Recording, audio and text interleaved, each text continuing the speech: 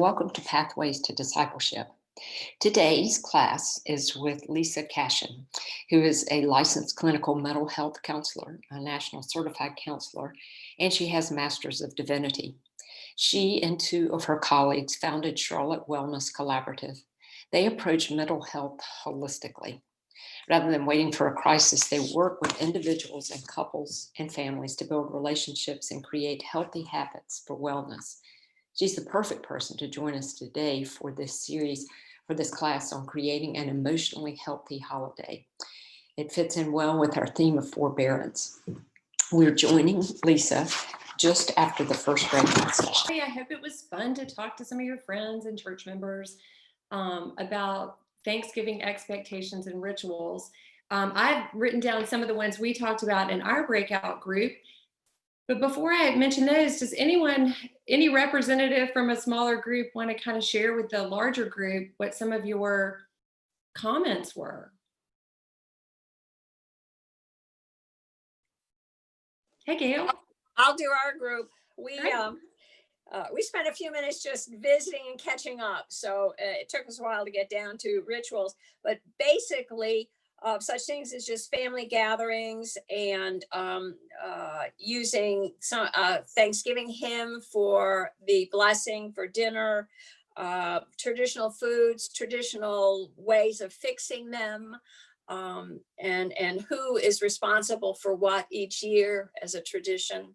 That's mainly what we talked about. Great. Thanks so much. Anybody else have something to share with us? We talked about how much the menu is a part of the tradition. And there are other things, but it was interesting what I heard, and we didn't really do a summary, but what I heard was as the family changes and you go through different stages of life, there was a lot of change happening anyway before COVID. There was a lot of change, and people talked about as their children grew up or they got married or had married children, things were changing along the way. So I thought that was interesting. I hadn't thought about it.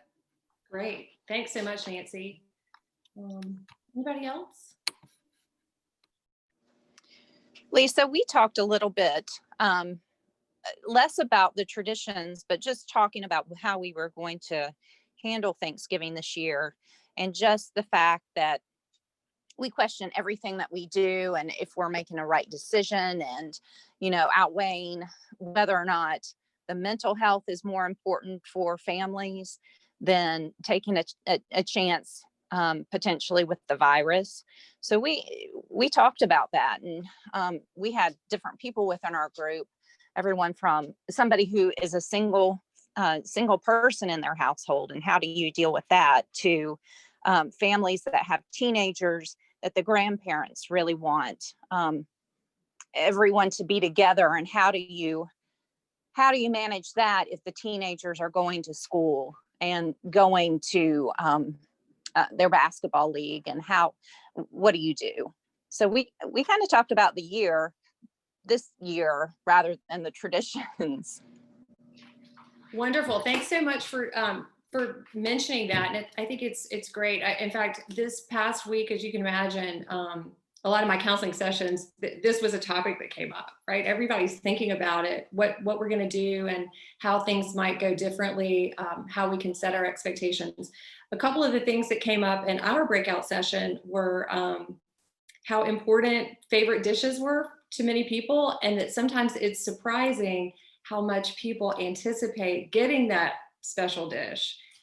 Usually you only find that out when the dish is not there, right? So we heard a little story about someone being upset when there was no ham. We've heard about, not having turkey and Turkeygate, what that's like.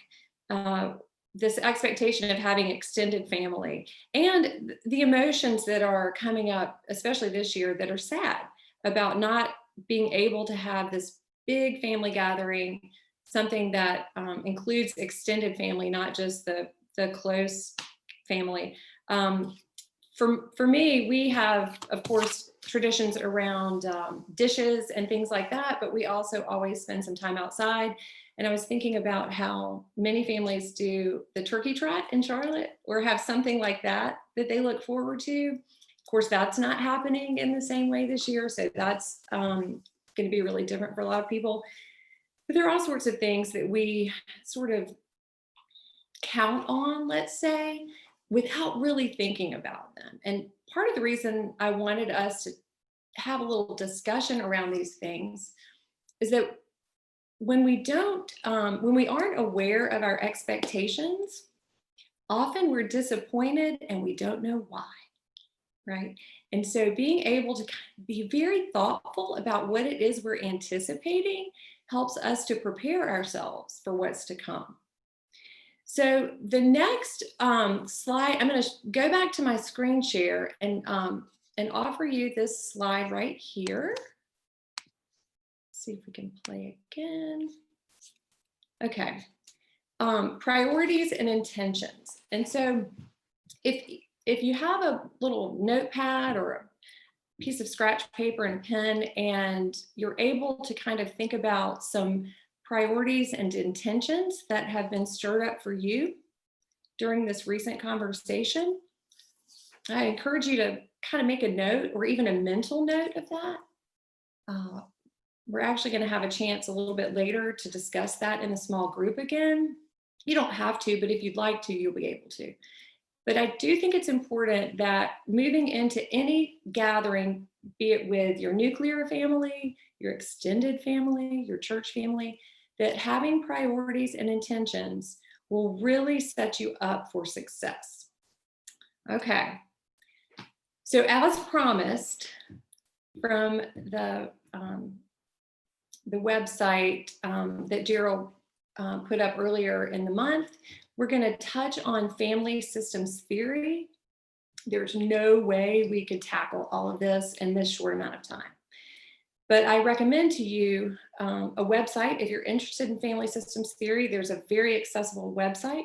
I put it on the slide right here, thebowencenter.org. You can look it up. But the basic premise of family systems theory is that the family is an emotional unit. That means that attention, approval, support, needs, and disappointments, as well as all sorts of experiences, are interconnected. And I really love this that I pulled from that website, this next comment. Families are so profoundly affected. I'm sorry, let me say that again. Families so profoundly affect their members' thoughts, feelings, and actions that it often seems as if people are living under the same emotional skin. That's a pretty profound statement right there, isn't it? And to think about how people living under the same roof often feel as though they're living under the same emotional skin. As we think about going into the holidays, Thanksgiving and beyond, I'm going to offer you about 5 suggestions for how to engage with your family members and other loved ones in positive and healthy ways. Some of these will be easy for you. Some of them might seem pretty hard. We'll talk about that in a few minutes. So the first one is welcoming without judgment. I don't know if anyone out there can show with a nod or a shake of the head how often it's hard to welcome without judgment. I think part of forbearance includes this non-judging activity, right? We often think of the absence of something as not being active, but in fact, to be without judgment really takes intention and action.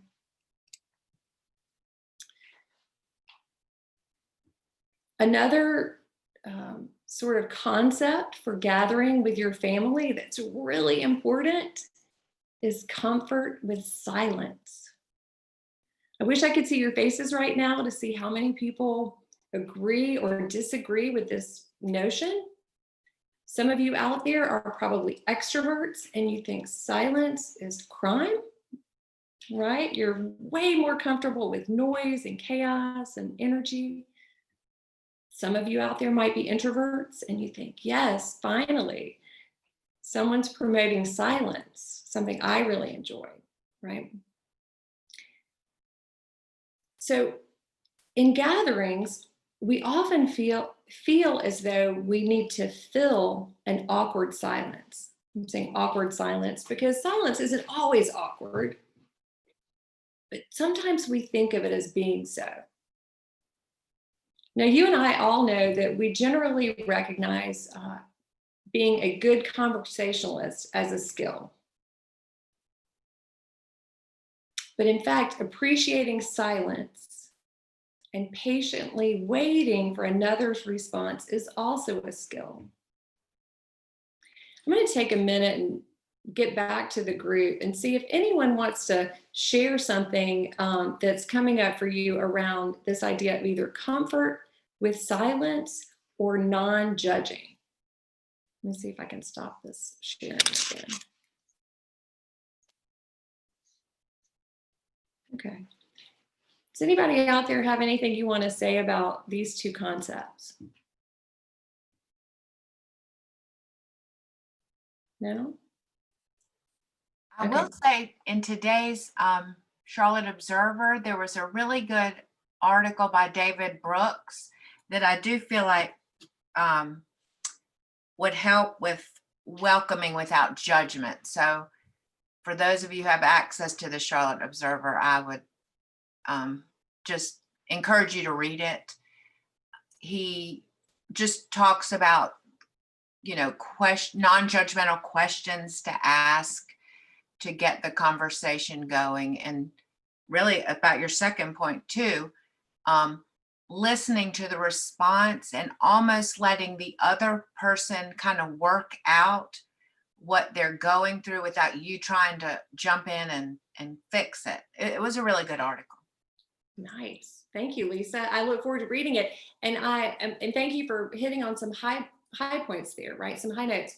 One of the great things about learning to be silent, or at least waiting before responding, is recognizing that for some people, working out the answer in their minds takes a minute, right? So giving people a chance to think out their answer, right, sometimes just means offering them a little bit of quiet. Great. Okay, so let's go back to our slides. Again, thank you for your patience with this.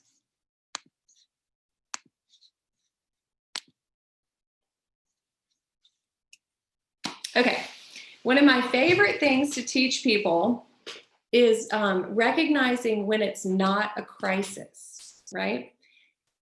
Let me tell you why that's important. Now, some of you might think this turkey looks pretty good. I thought it looked kind of burned. But even if it were, the bottom line is it's not a crisis. So when our bodies get into crisis mode, all of these things are happening. We have an activated nervous system, heart rate is increased, we start producing adrenaline, our blood pressure goes up, cortisol production goes up, our breathing slows or stops, and we react rather than respond. Very often in family gatherings, when someone is in charge of preparing a meal, or we have more people than we know what to do with, right? Or the energy level is really high, our nervous systems get activated and we go into crisis mode. But just like this slide is sharing with us, recognizing when it's not a crisis is going to be good for your health and good for your family and good for the gathering. So my favorite thing to teach anybody is how to say aloud or to yourself, it's not a crisis. Practice it in your head. You're muted. You could say it out loud and none of us is going to hear you. When you say to yourself, it's not a crisis, you're telling your body not to go into that mode. If you don't take anything away from this presentation except this, please take this away with you. You're gonna be able to use it in the coming week, no matter what, right? When you can identify something that truly isn't a crisis, let your body know and save yourself and others a lot of stress. Another important feature of family systems theory and family dynamics in general, is that we have these really fixed ideas about role, ROLE. So I'm being a little punny here, right? But our roles often are established without our even realizing it, right? So just like the expectations and rituals that we talked about earlier, oftentimes we don't really examine our roles in the family. And then we get back together with our larger family, something happens, we get disappointed, our feelings get hurt, or maybe we love the role we play. Either way, it's happening often below our level of consciousness, right? So here are some ways to kind of roll with it, to think about being more attentive and aware of the role you play, how it impacts yourself and how it impacts others. So here are some little nuggets to take away. We instinctively default to assigned family roles. The important word here is instinctive. We're not usually thinking about the ways that we resort to these fixed roles. When we do become aware of it, we don't have to do it if we choose not to. Shifting roles can open up possibilities in the family relationship. As you gather together with your family this week, either virtually or in person, let's hope that you can really pay attention to what role it is that you want to play. Hierarchy is not set in stone. This is a big one for families, especially someone was just talking about I think it was Nancy talking about how there are changes, even pre-COVID, there were changes in the family dynamic. Hierarchy is not set in stone. We often think about grandparents or parents and then children, but as children become adults, the hierarchy really gets disrupted, and that's not always a bad thing. Receiving care is just as valuable as giving care. I think this is important as we realize that not everyone is able to do some of the things that they always want to do with regard to preparing or hosting, for instance.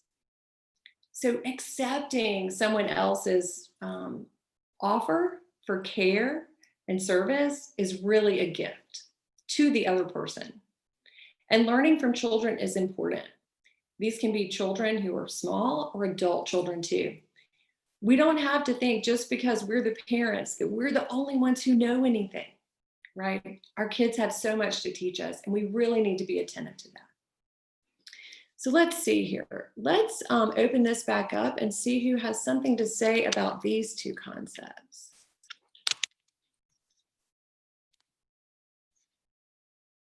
All right. Who wants to give a little nugget about role sharing or crisis management?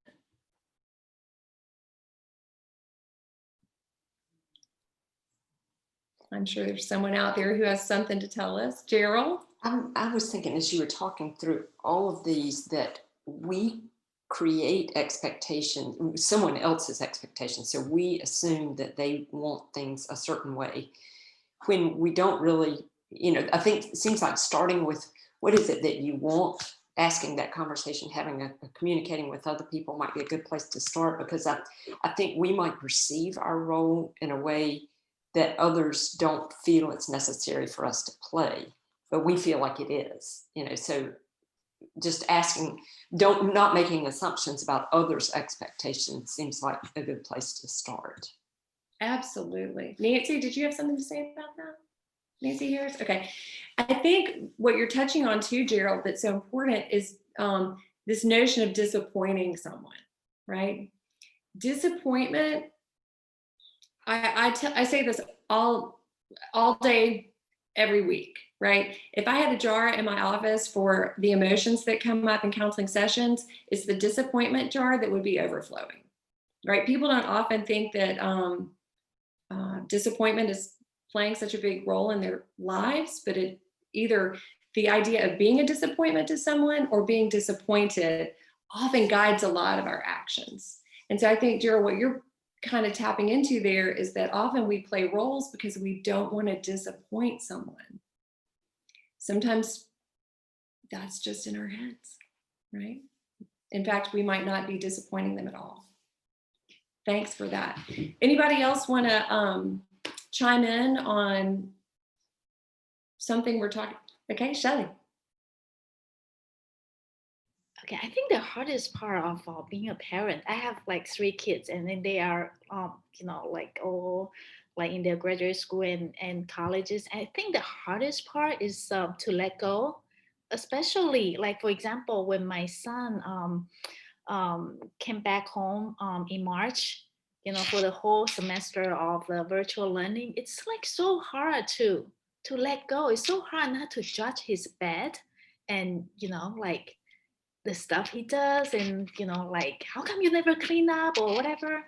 And I think today I learned something really important. Is like the shifting role. I never think about it that way, but I think shifting role give you more flexibility than completely let go, because it's really hard for parents to just let go. But shifting role is like, oh, that's more doable. So it's great advice. Thank you. Thank you, Shelley. I like to, like you say, sometimes we can have moderate changes. Things don't have to be a complete overhaul to be an improvement, right? We can make little shifts. I like that a lot. Thank you. All right, anybody else wanna? Is Martha saying something to us?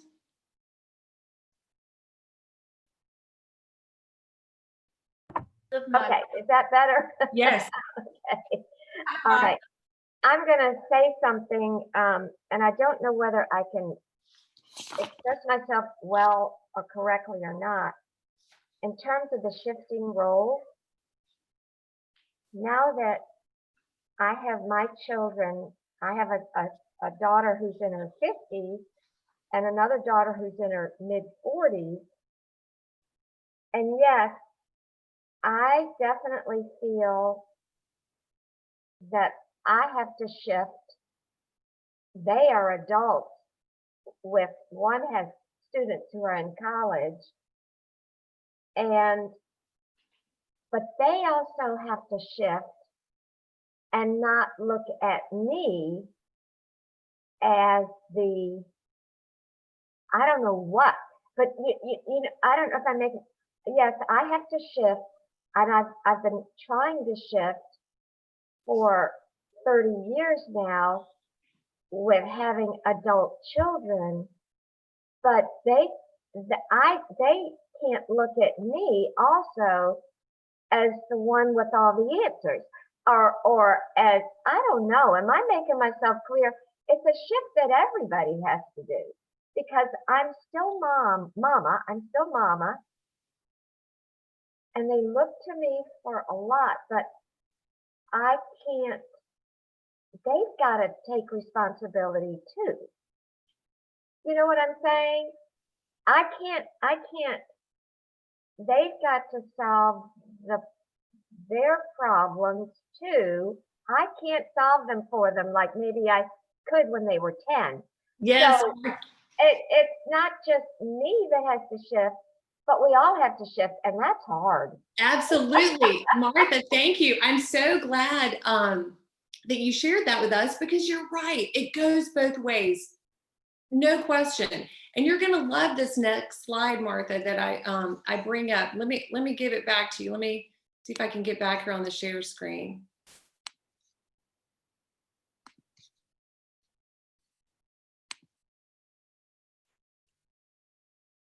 Whoops. Where did it go? Well, I've got to, there you go.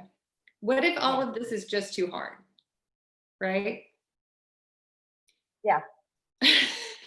Well, the reason we do this is for our health, right? For the health of our relationships and for our own personal health. Making these adjustments actually smooths things out, even if it's hard in the beginning. Now, let me back up for a second. Gerald's going to break us out. We're going to have just a little bit of time to break out and then to wrap up. But I'd like for you to, now that we've kind of generated some new ideas and thoughts, let's go back into the breakout sections, and here are your breakout questions.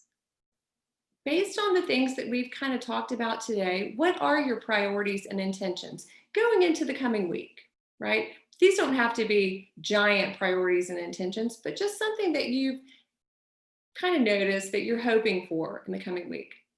And then how can you set the table or prepare to achieve your goals? So Gerald's going to break us out for about 5 or 6 minutes, Gerald? At least I think everybody is back.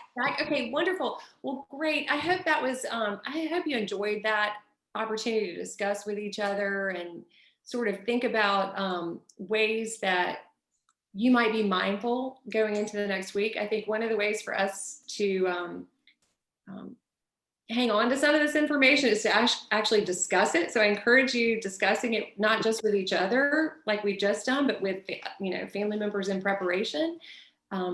Thinking about intentions and expectations and not getting blindsided by those because they're just under the surface and out of our awareness. Does anybody, we have just a couple of minutes, we're going to probably be really tight here, but does anybody, so please leave if you need to, but does anybody have anything they want to offer just in the next minute or two that came up for you in this intentional breakout session?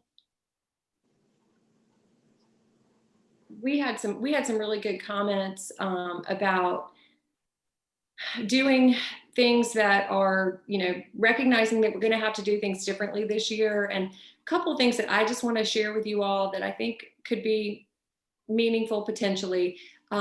Considering doing something that for others, right, outside of your family, right, whether it's food or notes.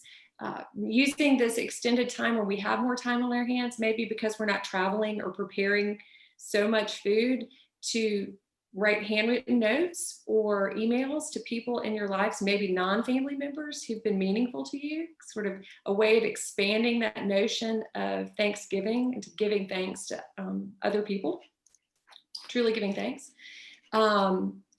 Anybody else have any ideas about something you hope to do? Gerald offered that she's going to be asking questions and encouraging each member of her family to participate in conversation. I think that's really healthy. I think that's good. And in my family, we do write notes to each other. And sometimes I think, oh, why are we doing this? I'm tired of this. And then a year later, somebody will say, mention a comment in a note that we have sent to each other, and you realize that it's worth the time you've taken to do that.